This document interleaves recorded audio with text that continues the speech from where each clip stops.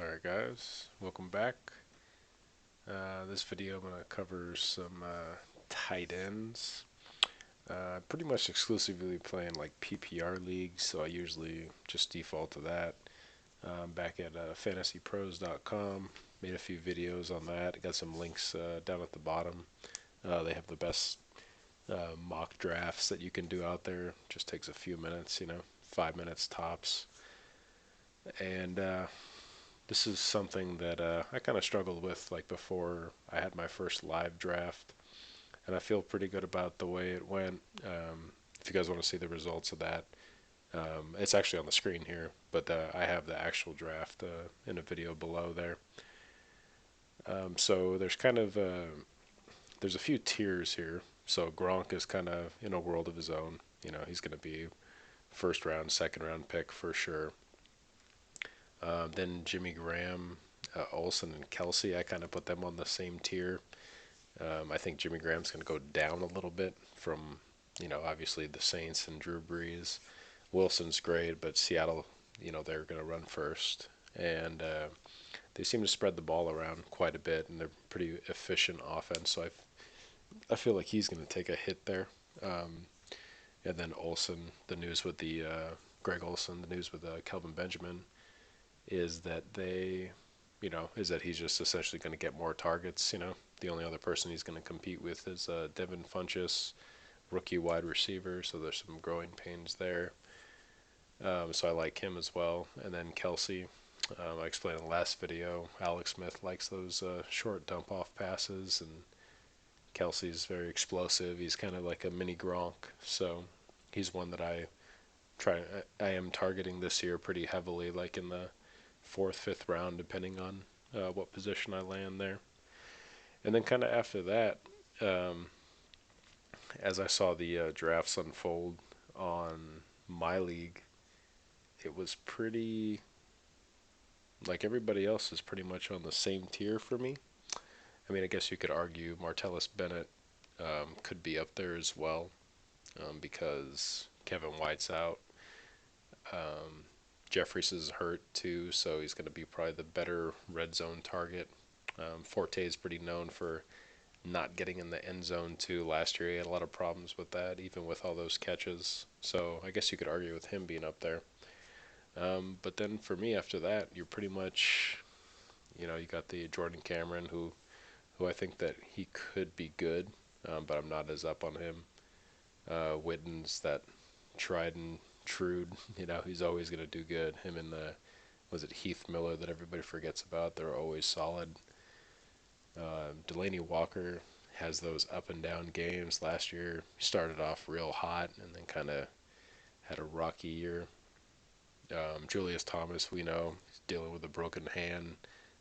Huge downgrade in offense, so I think that he's going to take a pretty big hit, and that's why I kind of put him in this 5 to probably somewhere in the 12 range, maybe 14 range, because I would just keep going down the list. So Zach Ertz got hurt. He's in a great offense, but you just don't really know. He shows some flashes here and there. They said that he's going to be on the field more, so potentially that's good for his value. But that one's kind of up in the air. Tyler Eifert was all out last year. The first year he played, he was a rookie. So there's a lot of upside on that one. So that's one that I would take a gamble on in the late round. It says he's going in the 12th round. So I like him a lot more than, just about everybody else we mentioned there. Because if you get people like Witten, Heath Miller, Kyle Rudolph, they're going to give you kind of pretty consistent numbers. In our PPR league, it's probably going to be roughly about like 10 points or so. Um, and that's something that is okay if you miss out on some of the big guys, but it's not somebody that I necessarily target for. I would rather take a chance on somebody like Austin Safarian Jenkins, maybe Owen Daniels, because he's tied to Peyton Manning. That's real big. Peyton always does really good numbers with his tight ends. Antonio Gates really late, which actually in this league you can see that I took him just for that chance that it turns around. Vernon Davis too. People are forgetting about him. He's very explosive.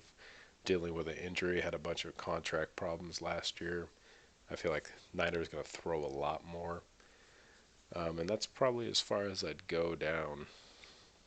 Um, Ladarius Green has a chance too because Gates is out. He could take that role. I'm not really banking on it, obviously, because I drafted Antonio Gates. But so at fantasypros.com, they actually have a strength of schedule here, and I already sorted it by the. So it says rank one here, and rank one means easiest schedule. So this is another reason why I'm pretty high on Austin Seferian-Jenkins. Like if you're late rounds and you still don't have a tight end, we're talking like 10, 12, and beyond. He's one that definitely is worth a flyer on because you're not losing a whole lot.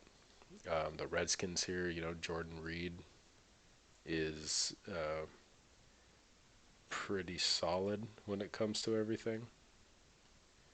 Uh, Great, he's just very injury prone, but him and RG3 had a really good connection, assuming that RG3 is the quarterback.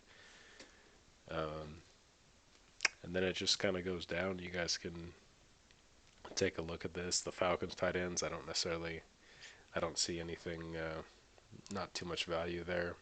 Olsen we talked about definitely is one of my top 4 or 5. Larry Donnell's is a target there, real big target. And yeah, the Giants, they really only have Ruben Randall as like a big wide receiver for a potential red zone target. They have the OBJ and Cruz, so those are little guys, very good, but he has a chance to sneak in some touchdowns there, but may not be too consistent. And let's see. So then we got Cowboys. Witten's pretty steady. Josh Hill has a chance. You know how uh, Drew Brees likes throwing to the tight end when it comes to those touchdowns there. Colson's getting a little older, even though he's a big red zone target. And then Brandon Coleman's a rookie, so Hill has some value there as like kind of like a late flyer.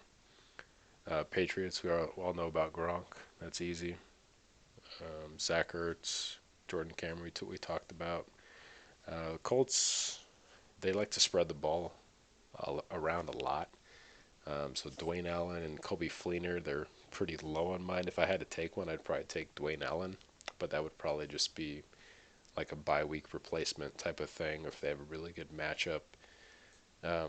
Where linebackers are not great at covering tight ends, something like that. I might go for him. Then we have Detroit Lions, Eric Ebron, just a physical talent. He dropped the ball a lot last year. Rookie tight ends don't necessarily make a huge impact, so it's not a big deal. But when it comes to the targets on there, Megatron's going to get the majority of them while he's in there. Then there's Tate, then there's Abdullah and Bell, so I'm not sure how much they're going to spread that ball around, assuming that all those guys are healthy. So I kind of will stay away from it. Maybe just monitor it, to where he may potentially like break out this year, assuming there's some injuries or maybe Stafford gets to like him. So the Raiders, they have Rivera. I think was it Max Williams. I think. No, Max Williams went to the Ravens. Clive. That's what I'm thinking of. Clive Walford, another rookie tight end. Not real big on it. Michael Rivera, I actually had him on my team for like a week replace him last year. It got me a good like 15, 20 points. So there's some potential there. Good rapport with Derek Carr too. So maybe on that, I usually stay away from it unless injury occurs, and then kind of have to do what you got to do. We talked about Thomas, Charles Clay. I really actually do like Charles Clay. Just I liked him a lot more on the Dolphins. The Bills, the quarterback situation on the Bills is up in the air. Potentially Tyrod Taylor, who's unproven commodity, so I may stay away from Clay on that one unless they build a rapport like down the season, down the stretch there. We talked about Delaney Walker. The Jets, I'm not big on the Jets tight ends at all. Um, the Chiefs, we talked about Kelsey. Let's see who the Texans. Yeah, it was Jace Amaro. He's a pretty solid tight end. I think this will be like his second, maybe third year for the Jets. Not real big on that either way. Um, yeah, on the Texans, especially with the quarterback problem, I'm probably just going to stay away from them altogether. Um, Hopkins is going to get peppered with targets, maybe Cecil Shorts, assuming he stays healthy. So I'd probably stay away from them, unless you see something down the road. So the Vikings have Rudolph, which we talked about, solid tight end. Probably going to give you consistent points, and then may put in some touchdowns here and there. But I'm not real big on him this year. If he falls to me, it's great. But we talked about Owen Daniels, Virgil Green's in there too, who's supposedly, who definitely is more of a blocking tight end, but has the potential to take some targets away uh, from Owen Daniels, and Owen Daniels is a little bit injury prone, so that's something to keep an eye out. We talked about Gates and Ladarius Green. I think it's Corliss. Yeah. Oh no, it's Richard Rogers. And now we're kind of getting into, these are the guys that really not big on. I'd probably stay away from them. So Bennett, we talked about, which is solid. Staying away from Browns tight ends. Same with the Cardinals. Seahawks, we talked about Jimmy Graham.